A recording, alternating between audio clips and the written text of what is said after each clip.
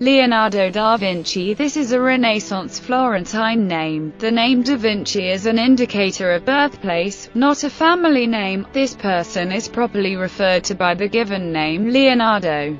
Leonardo di Ser Piero da Vinci, more commonly Leonardo da Vinci, was an Italian polymath whose areas of interest included invention, painting, sculpting, architecture, science, music, mathematics, engineering, literature, anatomy, geology, astronomy, botany, writing, history, and cartography. He has been variously called the father of paleontology, ethnology, and architecture, and is widely considered one of the greatest painters of all time, sometimes credited with the inventions of the parachute, helicopter and tank. His genius epitomized the Renaissance humanist ideal.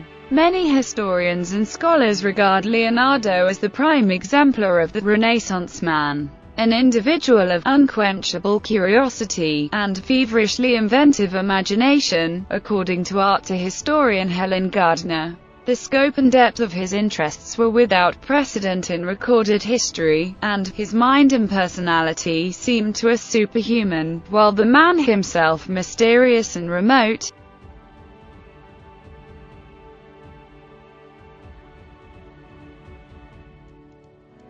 Born out of wedlock to a notary, Piero da Vinci, and a peasant woman, Caterina, in Vinci in the region of Florence.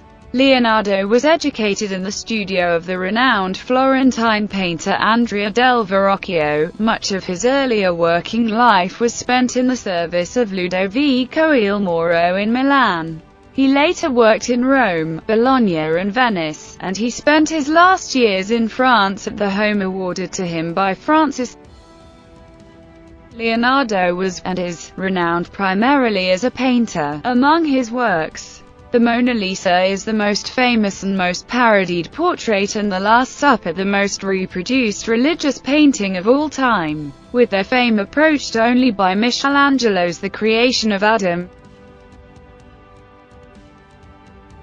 Leonardo's drawing of the Vitruvian Man is also regarded as a cultural icon, being reproduced on items as varied as the euro coin, textbooks, and T-shirts. Perhaps 15 of his paintings have survived, the small number because of his constant, and frequently disastrous, experimentation with new techniques. Nevertheless, these few works, together with his notebooks, which contain drawings, scientific diagrams, and his thoughts on the nature of painting, compose a contribution to later generations of artists rivaled only by that of his contemporary, Michelangelo. Leonardo is revered for his technological ingenuity. He conceptualized flying machines, a type of armored fighting vehicle, concentrated solar power, an adding machine, and the double hull, also outlining a rudimentary theory of plate tectonics.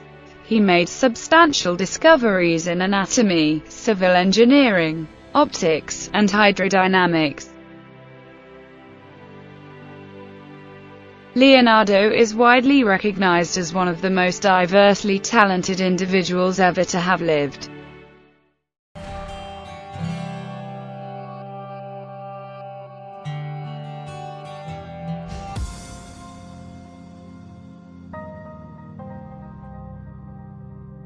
Leonardo da Vinci childhood, 1452 to 1466. Photo of a building of rough stone with small windows, surrounded by olive trees. Leonardo's childhood home in Anciano. Pen drawing of a landscape with mountains, a river in a deep valley, and a small castle. Leonardo's earliest known drawing, the Arno Valley, 1473. Leonardo was born on 15 April 1452, Old Style, at the third hour of the night, in the Tuscan hill town of Vinci, in the lower valley of the Arno River in the territory of the Medici-ruled Republic of Florence. He was the out-of-wedlock son of the wealthy Messer Piero Fruosino di Antonio da Vinci, a Florentine legal notary, and Caterina, a peasant. Leonardo had no surname in the modern sense, Da Vinci, simply meaning a Vinci. His full birth name was Leonardo di Ser Piero da Vinci, meaning Leonardo, son of Emmys, Ser Piero from Vinci. The inclusion of the title, Sir, indicated that Leonardo's father was a gentleman. Little is known about Leonardo's early life.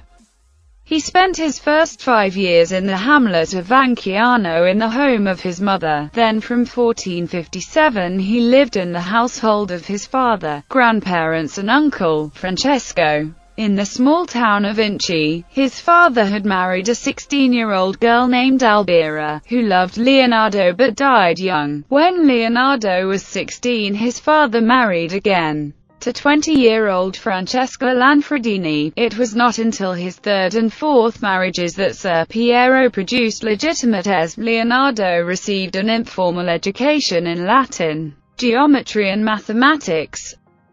In later life, Leonardo recorded only 2 childhood incidents. One, which he regarded as an omen, was when a kite dropped from the sky and hovered over his cradle, its tail feathers brushing his face. The second occurred while he was exploring in the mountains. He discovered a cave and was both terrified that some great monster might lurk there and driven by curiosity to find out what was inside.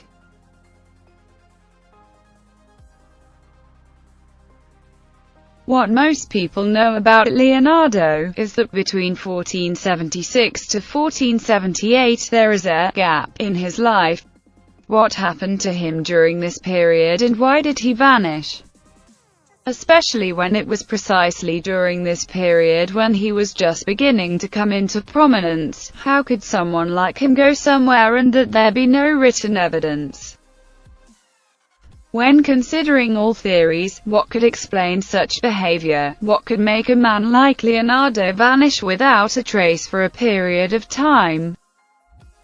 Some believe that during his time away, he received tutoring from beings not of this earth. What we know for certain is that when Leonardo appeared in Florence in 1478, his creative output reached a whole new level, going beyond art and extending to be a number of other disciplines. He would produce aerial maps of Italian cities with such incredible accuracy. He would design and build the world's first self-propelled vehicle, and he would invent machines years and even centuries ahead of their time. So we need to ask us, what was it that influenced Leonardo da Vinci that much for him to come back with another perspective, and what was the secret behind his burst of creativity?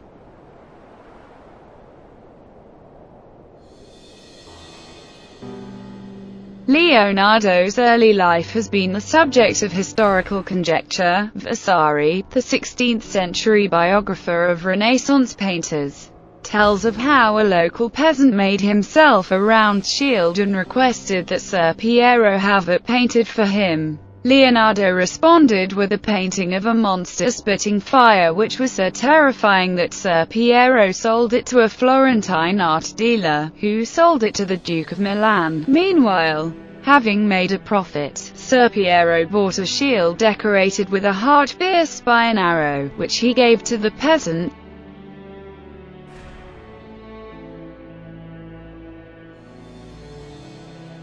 Painting showing Jesus, naked except for a loincloth, standing in a shallow stream in a rocky landscape, while to the right, John the Baptist, identifiable by the cross that he carries, tips water over Jesus ahead. 2 angels kneel at the left. Above Jesus are the hands of God, and a dove descending, the baptism of Christ.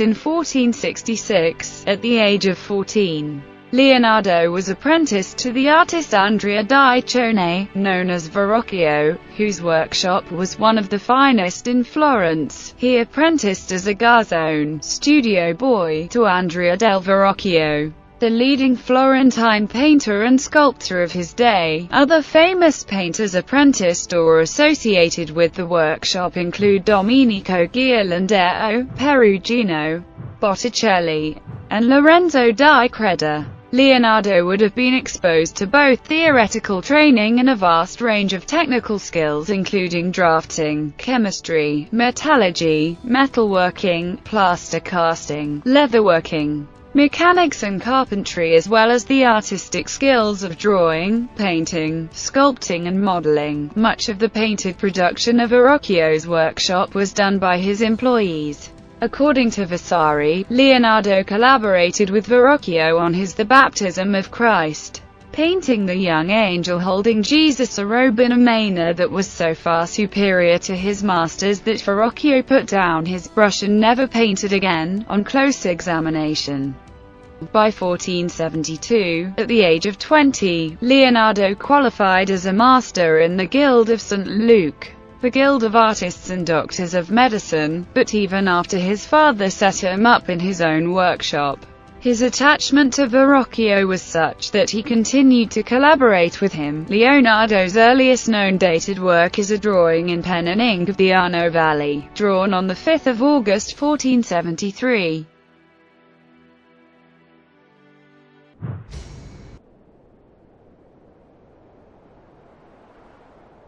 (1476 to 1513), an unfinished painting showing the Virgin Mary and Christ Child surrounded by many figures who are all crowding to look at the baby. Behind the figures are a distant landscape and a large ruined building. More people are coming in the distance. Florentine court records of 1476 show that Leonardo and 3 other young men were charged with sodomy but acquitted. From that date until 1478, there is no record of his work or even of his whereabouts.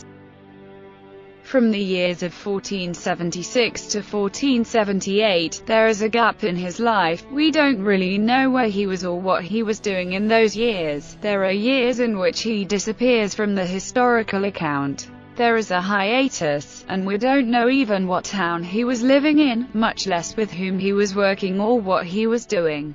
What could account for a man of Leonardo da Vinci's stature literally disappearing from all known historical records? Especially when it was precisely during this period when he was just beginning to come into prominence. One possible scenario here is that during those years, Leonardo da Vinci was, in a sense, tutored by some special individuals, people who were showing him things that a normal person wouldn't necessarily have seen, perhaps like the biblical prophet Enoch. He was even taken aboard a spaceship, and the aliens showed him Earth from above and gave him a concept of the cosmos and machines and inventions and of Earth that no one before him had ever had. Is it really possible that Leonardo da Vinci had received guidance from extraterrestrial beings? That after Leonardo's return to Florence in a whole new level, going beyond art and extending to numerous other disciplines, he would produce aerial maps of Italian cities with incredible accuracy. He would design and build the world's first self-propelled vehicle, and he would invent machines years and even centuries ahead of their time. There are some people that think that maybe there's an extraterrestrial influence to what he knew, because you have people throughout history who would magically, mysteriously come along every few hundred years or so, that then contribute to the fantastic advancements to the human race and the human species. What was the secret behind Leonardo da Vinci's incredible burst of creativity, and why during the age which gave rise to the likes of Copernicus, Michelangelo and Shakespeare, did Da Vinci tower above his contemporaries? Theorists believe answers may be found by examining Leonardo's paintings and the many secret messages that can be found hidden within his famous works of art.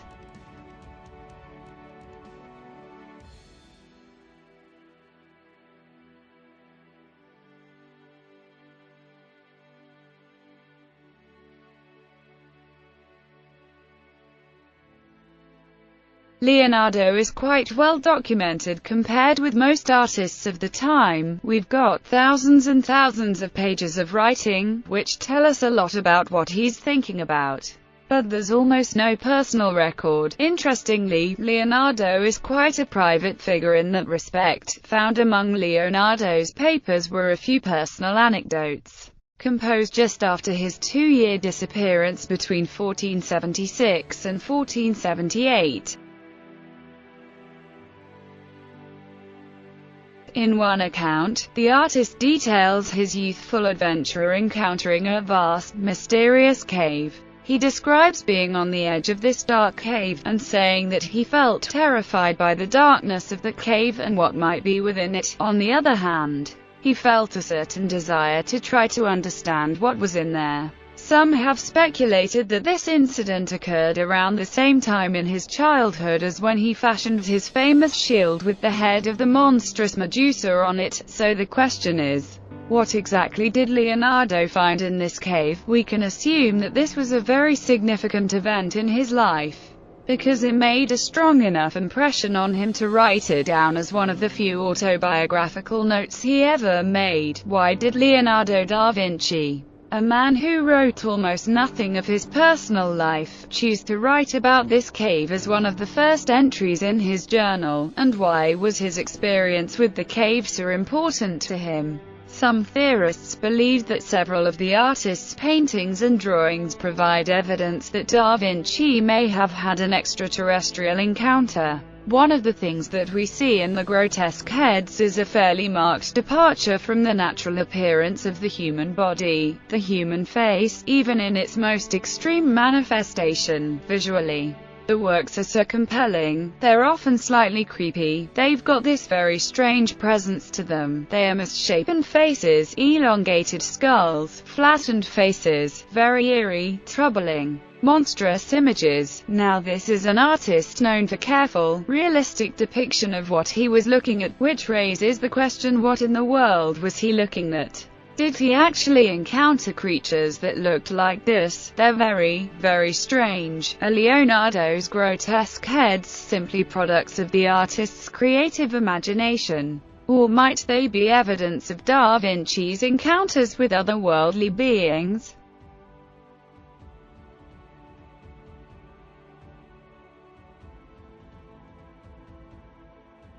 Leonardo da Vinci's very accurate map of Imola, created for Cesare Borgia in Cesena. In 1502 Leonardo entered the service of Cesare Borgia, the son of Pope Alexander VI, acting as a military architect and engineer and traveling throughout Italy with his patron. Leonardo created a map of Cesare Borgia's stronghold, a town plan of Imola, in order to win his patronage. Maps were extremely rare at the time, and it would have seemed like a new concept. Upon seeing it, Cesare hired Leonardo as his chief military engineer and architect. Later in the year, Leonardo produced another map for his patron, one of Chiana Valley, Tuscany, so as to give his patron a better overlay of the land and greater strategic position. He created this map in conjunction with his other project of constructing a dam from the sea to Florence, in order to allow supply of water to sustain the canal during all seasons. Leonardo returned to Florence, where he rejoined the Guild of St. Luke on the 18th of October 1503. And spent 2 years designing and painting a mural of the Battle of Anghiari for the Signoria, 34, with Michelangelo designing its companion piece, the Battle of Cassina, in Florence in 1504. He was a part of a committee formed to relocate, against the artist's will, Michelangelo's statue of David.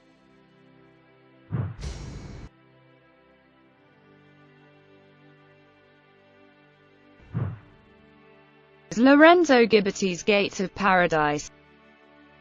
Leonardo's youth was spent in a Florence that was ornamented by the works of these artists and by Donatello's contemporaries, Masaccio, whose figurative frescoes were imbued with realism and emotion, and Ghiberti, whose Gates of Paradise, gleaming with gold leaf, displayed the art of combining complex figure compositions with detailed architectural backgrounds. Piero della Francesca had made a detailed study of perspective, and was the first painter to make a scientific study of light. These studies and Alberti's treatise De Pictura were to have a profound effect on younger artists, and in particular on Leonardo's own observations and artworks. Leonardo was a contemporary of Botticelli, Domenico Ghirlandaio and Perugino, who were all slightly older than he was. He would have met them at the workshop of Verrocchio, with whom they had associations, and at the Academy of the Medici. Botticelli was a particular favorite of the Medici family, and thus his success as a painter was assured. Ghirlandaio and Perugino were both prolific and ran large workshops.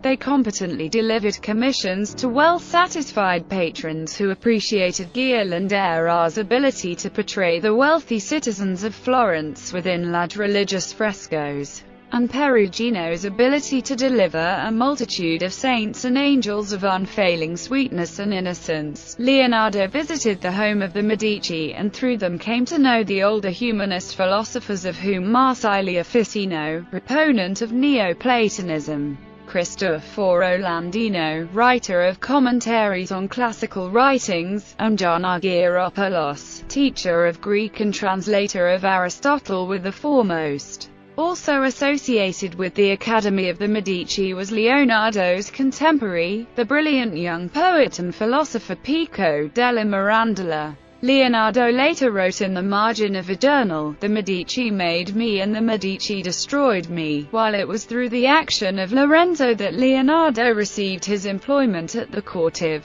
Milan. It is not known exactly what Leonardo meant by this cryptic comment.